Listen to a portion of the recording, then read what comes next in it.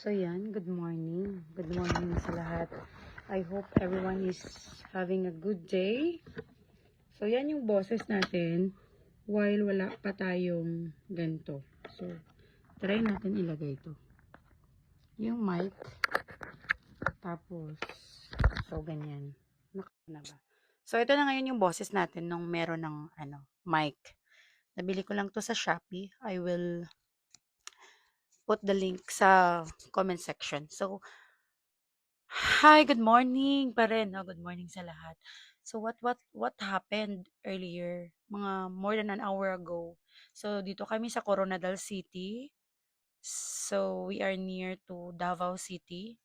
Mga 3 to 4 hours ride. Tapos yun, niyanig nga, nagkaroon ng earthquake. And according sa Google, as I checked, it's within Indonesia, Palau, then dito sa Pilipinas, and 7.0 ata something. I'm not really sure, but that's what in Google is. So Davao, and then yung manig dito sa amin. Sa amin, hindi ko lang alam talaga kung ano yung magnitude ng earthquake. But praise God, we are all safe. Nakauwi na po yung mga estudyante, nag-cancel na po ng klase ang lahat ng mga schools for safety. So what was happened? So lumabas kami ng bahay, pagkatapos ayun, after that nag-pray kami, kanya-kanya kaming pray ng mother ko. Then but of course you have to open your eyes kasi hindi mo alam baka may mga falling debris, 'di ba? So, for safety, you can pray while your eyes are open. Anong pinagpe-pray? So ipag-pray natin yung protection natin na lumakas man yung yung earthquake, Lord, protect us. Protect our loved ones, protect our relatives. Lord, protect yung mga kakilala namin na lumakas man ito, anumang intensity ito. We're praying na, Lord, lukuban mo po ng protection. Yun po yung prayer. Hindi tayo magpapasalamat dahil may lindol, kundi magpapasalamat tayo that, Lord, kahit may lindol, naalala namin kayo. Di po ba? Magpapasalamat ka, Lord, give us that strength, give us that protection. Yun po yung pasalamatan natin. Because this certain calamity, we do not know when it will come. Kaya si Lord lang po talaga ang makakapagbigay sa atin ng peace. And peace is the fruit of the Holy Spirit, mga kapatid. Yun po yung shinare ko this morning sa ating verse sa Galatians chapter 5 verse 22 to 23.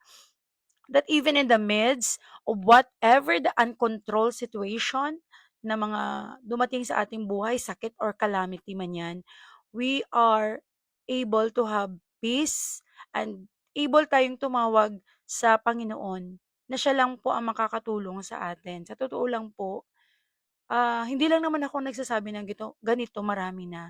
Kasi po, naranasan natin yung even in trials and troubles, mawalan ka man ng trabaho, mawalan ka man, may sakit man, naranasan ko yan sa nanay ko, naranasan ko maging sa akin.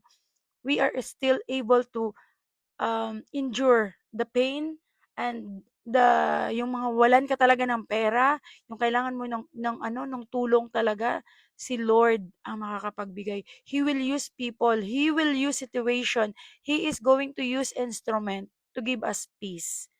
So Lord is able to do anything. He is in control of everything, mga kapatid. Hindi ho natin kaya kung tayo lang po. So God bless. Nawa po meron tayong joy and peace in our hearts this day onwards. So God bless everyone. Amping ang tanan. So yan lang po. Amping, halong gid ang tanan, no? Sa tanan nga mga Ilonggo sa Coronadal. Halong. God bless.